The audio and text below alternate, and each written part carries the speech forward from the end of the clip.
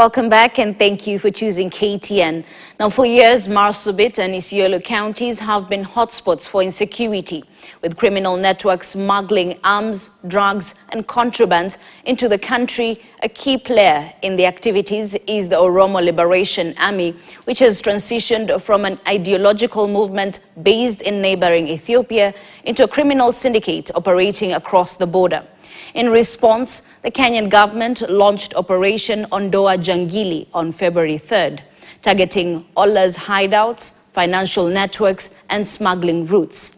Now, the operation, spearheaded by Deputy Inspector General of Police Gilbert Masengeli and led by elite police unit, has already dismantled multiple camps. This story was produced by Emmanuel Kipchumba. On the morning of February 3rd, elite security teams set a mission deep in the rugged terrain of Isiolo and Marsabit counties. The mission was to neutralize one of the most entrenched criminal networks in the region.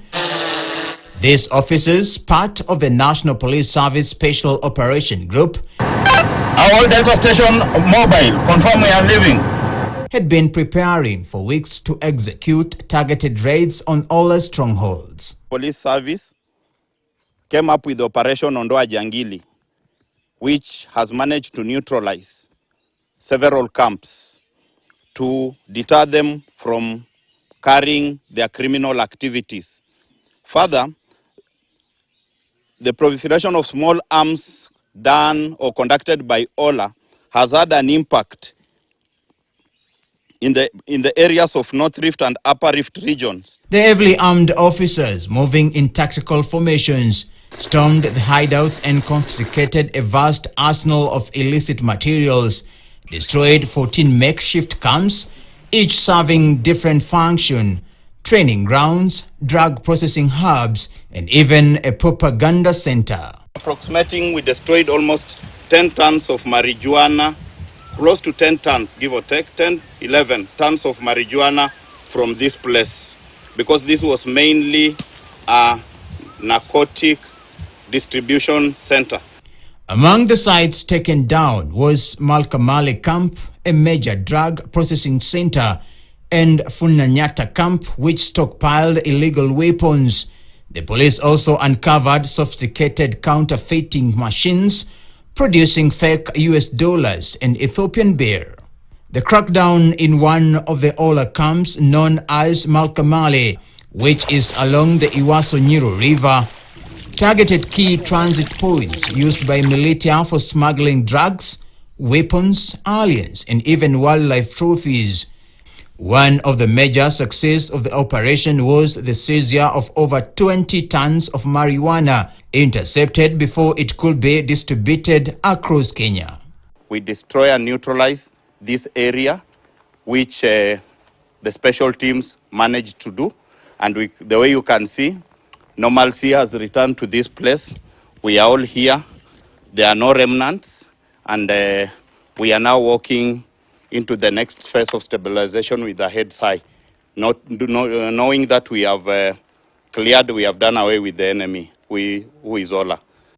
Security forces also seized multiple vehicles, including Toyota Probox, believed to be used by Ola commander. Because of the swiftness of the operation, we had to destroy so many things at that point, so that we don't give the enemy freedom of action, we don't give him an opportunity to come and reassemble whatever he had left behind.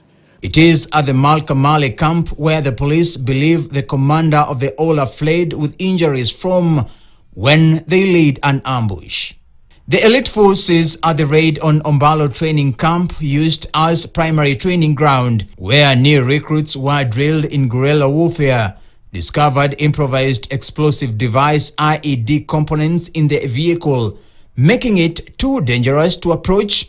Bomb disposal experts detonated the vehicle on site to neutralize the threat. Special teams had to apply the maximum fire so that they can pin the enemy down. Notwithstanding, the enemy was also responding with fire to our teams. But what happened, because of their tactical, the elite units, they are trained to the world standards, They managed to overpower and neutralize the enemy within this, and we recovered those assets I've showcased to you. Other camps destroyed by police include Adadi Dadioda camp, which acted as a makeshift medical facility used to treat wound fighters. Adadi prison was used as a detention center where suspected informants and defectors were held captive. Jirole Media Camp was the propaganda nerve center where the Ola produced materials to radicalize and recruit fighters. Others include the Kate camp, which served as a supply post that provided logistical support for fighters. Uran camp was another operation hub for coordinating smuggling activities. Badan Arero camp was a smaller but strategic post for reconnaissance operations. It has been an open secret that narcotic drugs, including baggy, human trafficking, illicit and illegal firearms and ammunitions, and even contraband goods, have been finding their way through Marsabit, Isiolo, and parts of Meru, Nyeri, up to Nairobi, and many other areas of the Republic of Kenya.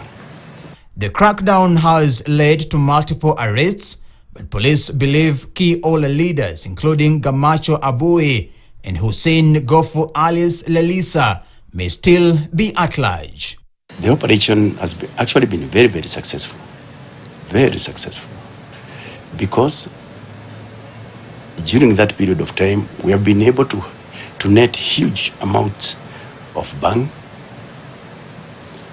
contraband goods, several illegal firearms and ammunitions are in our custody. Motor vehicles, including water buses that have been used by those criminal groups, money, and many other items that are being held as exhibits. The government is also calling on the public to provide any information that could lead to their capture. The operation's success is evident in the extensive recoveries made so far, which include confiscated firearms alongside a round of ammunition. Also recovered are motorcycles and vehicles used for smuggling, fake Kenyan IDs, narcotics, Ola uniforms, a flag, propaganda materials, fake US dollars, Ethiopian birr, among other items. It's also appreciated that general criminality will start coming to an end. We've had challenges in these areas. We are happy.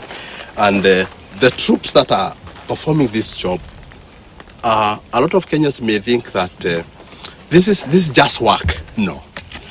Kenya should remember that they are safe wherever they are today because of excellent work that is done by these troops, that each and every day they are trying to guard Kenyans to ensure that these areas have attained the safety and the security standards. The government says the next phase will focus on rehabilitation and long-term security measures to stabilize the region. The National Police Service is committed to ensuring that the people's lives are safeguarded and they are able to carry out their duties without a lot of disruptions and all that. Operation Ondoa Jangili is far from over, but the message is clear. Kenya will not tolerate criminal networks that threaten national stability.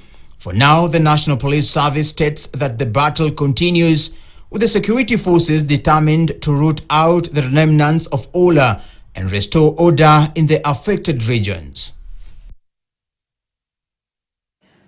Thank you, Kipchumba, for that. Now, the Kenya Red Cross